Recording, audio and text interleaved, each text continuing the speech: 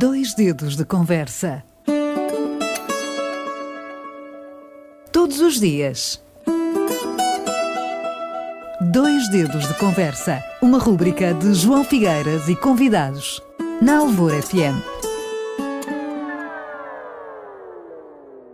Volta e meia, temos em antena o Dr. Manuel Luz, que nos vai dizer aquilo que lhe vai na alma. Bom dia, Bom amigo dia. Manuel da Luz. Está bom?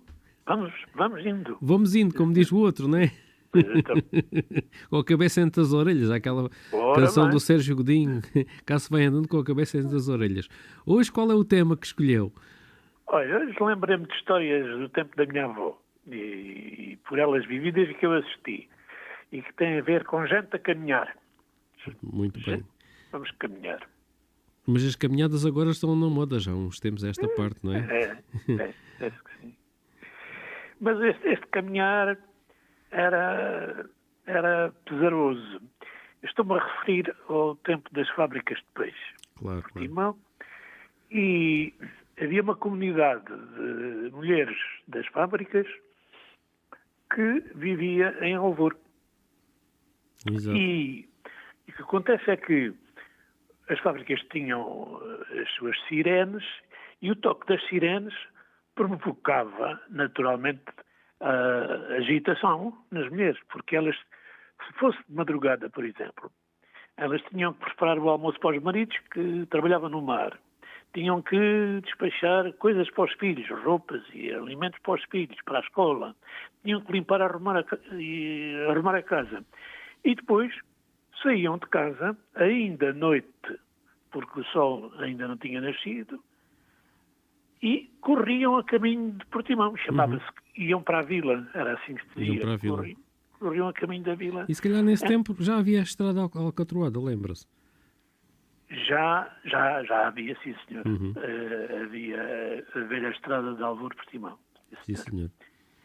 É claro que estas pessoas estavam treinadas na identificação dos diferentes sons que as fábricas emitiam. Reconheciam, portanto, a sirene da respectiva fábrica, que chamavam para o trabalho. Era curiosíssimo, porque os toques das sirenes eram diferentes de fábrica para fábrica. Claro. A Liberdade tinha um, a Encarnada tinha outra, e por aí fora o Severo Ramos, idem aspas. Exatamente. Ainda por cima, estes sons não tinham horários. Não tinham horários, com frequência era de madrugada, que se faziam ouvir, porque tudo dependia da hora que chegava o peixe. Exatamente. A que chegava o peixe à fábrica, não é? E quando metia peixe, tinham que todos estar lá prontos, não é? Tinham que lá estar, pois estão. Caminhavam em grupos, que eu lembro-me disso. Estrada fora, pessoas consumidas pelas relações e canseiras da vida, mas caminhavam rapidamente. Não havia transportes públicos. Claro. E, é claro, também aproveitavam, enquanto caminhavam, gastavam o tempo com falas recheadas de dichotes, de impropérios, esconjurando, imagina-se, E o pessoal de Alvor era fresco. Ora bem, esconjurando a trágica realidade da vida. Sim. Era assim. E é claro que em tempos de pescaria mais abundante as pessoas iam mais satisfeitas, iam mais rápidas, iam mais depressa, a alegria era diferente. Claro. E como as coisas mudaram, não é? Mas mudou muito. Mudou tudo. Mas o que eu acho interessante é ainda continuar no paradigma das fábricas. As mulheres chegavam às fábricas e as fábricas eram dirigidas pelo autoritarismo dos encarregados, dos mestres. As mulheres eram controladas de maneira obsessiva para que a rapidez dos movimentos das mãos, das tesouras e do enlatar não faltasse a rotina das exigências da produção, não é? Exato. Mas quando calhava, é evidente, no meio deste trabalho todo, havia os ditos mordazes das mulheres umas para as outras para desanuviar. É evidente. Ele era um trabalho mecânico, né? Repetitivo, sim, exaustivo, muitas vezes condições de trabalho um bocadinho subhumanas, né? Com o frio exatamente. Porque pronto, havia ali muita umidade, porque a água a correr, aquelas coisas todas, e exatamente. as mulheres sofriam bastante. Aliás, tu tens uma pequena ideia no nosso museu de Portimão, em que reproduz as cenas do tratamento do peixe nas fábricas. E, é claro, estas pessoas não tinham horários. É preciso não esquecer também este pormenor, que não é um pormenor, é um grande pormenor.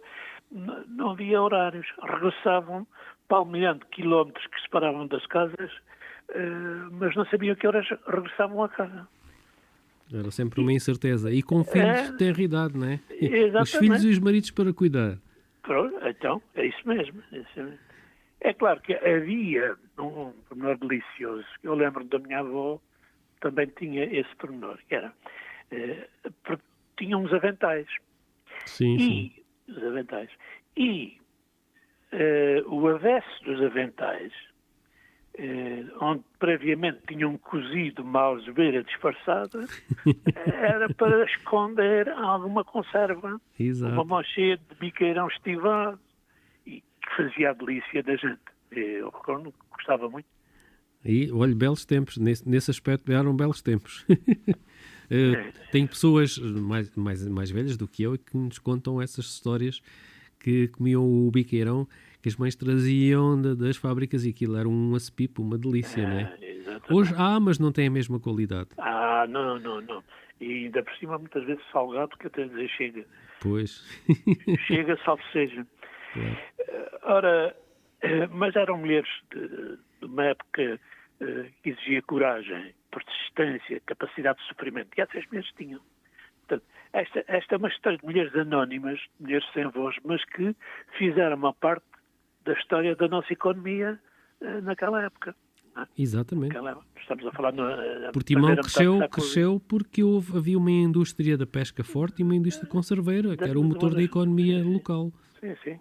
Exatamente. Agora, o que eu acho piada, agora fugindo um pouco à história concreta, é esta ideia do caminhar. Foi por isso que eu no princípio falei em caminhantes. É que esta ideia de caminhar, agora, com um bocadinho de cultura, de sociologia, faz parte da condição humana. Hoje em dia, caminhamos muito por questões de saúde. Caminhamos muito também porque o turismo, há um turismo que facilita e sugere e estimula o caminhar para conhecer. E, portanto, digamos que o caminhar daquelas mulheres das fábricas conserveiras é um protótipo do caminhar do ser humano.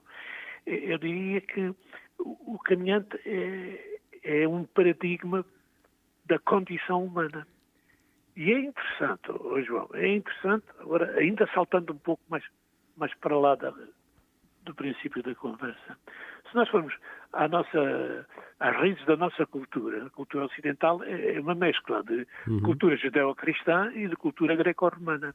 Ora, na cultura judeo-cristã há um livro que é um paradigma que nos fez também, que é a Bíblia. E na Bíblia nós encontramos uma série de personagens, é engraçado, uma série de personagens que são personagens caminhantes. Eu vou dizer alguns nomes, depois as pessoas que quiserem, nos ouvem, podem ir verificar na Bíblia. Por exemplo, uma das personagens do Velho Testamento, do Antigo Testamento, é Abraão. Já ouviram falar de Abraão? Abraão era um viajante. Era um homem idoso, mas era viajante.